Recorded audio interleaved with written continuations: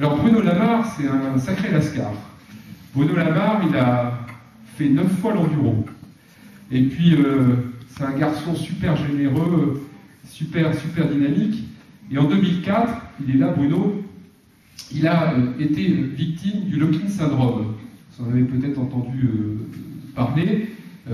C'est un accident, en fait, vasculaire cérébral, une forme d'accident vasculaire cérébral, ce qui fait qu'aujourd'hui, bon, il a perdu l'usage de ses bras et de ses jambes, mais il peut parler en clignant des yeux, il peut, je l'ai vu, utiliser son ordinateur en utilisant voilà, un mouvement de la tête, et on communique par mail avec Bruno. Et Bruno, j'ai fait sa rencontre à l'occasion du Salon du Livre parce qu'il écrit un livre. Alors, il en a apporté quelques-uns, je voulais qu'il le vende ce soir, parce qu'en plus, il le vend au profit d'une association.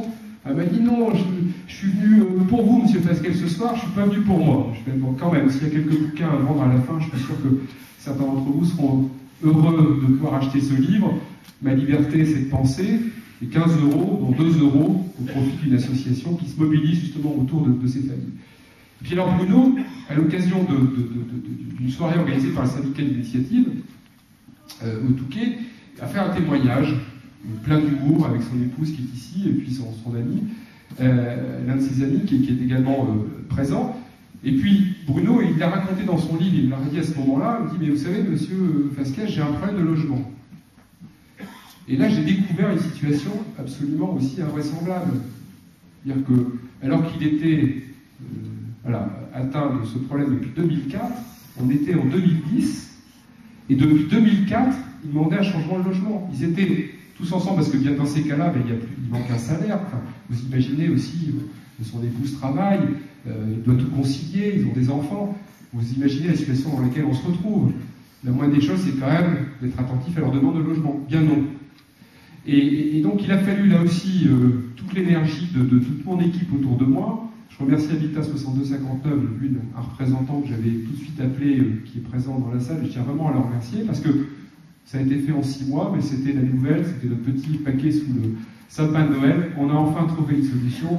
Donc Bruno et son épouse vont pouvoir enfin vivre dans un espace décent, parce que là, il y avait un espace extrêmement clos, et puis Bruno ne pouvait pas se déplacer parce que les portes n'étaient pas assez larges. Enfin, c'est invraisemblable ce qu'ils ont vécu. Il a fallu 6 ans pour trouver un logement digne de ce nom. Est-ce que vous trouvez normal qu'on vive encore en 2011 ce genre de situation? Enfin, moi, personnellement, ça me révolte. Et donc, je veux en faire aussi mon combat. Et donc, dans l'arrondissement de Montreuil, mais aussi au niveau national, je souhaite vraiment qu'on accorde la priorité pour les logements et les demandes de logement des personnes handicapées. Ça me semble vraiment être la moindre des choses. En tous les cas, Bruno, bravo, parce que toi aussi, tu es resté absolument formidable.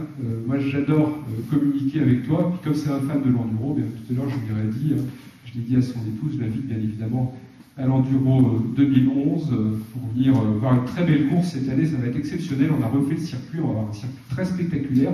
Et on a des très grands champions, Bruno, qui ne sont pas venus depuis très longtemps. On a un champion du monde de cross qui sera notamment présent. Il y aura aussi une moto électrique. Enfin, ça va être un très bel enduro, parce qu'il n'est pas question, j'ai entendu parfois, on veut lâcher l'enduro. Il n'est pas question de lâcher l'enduro, bien au contraire.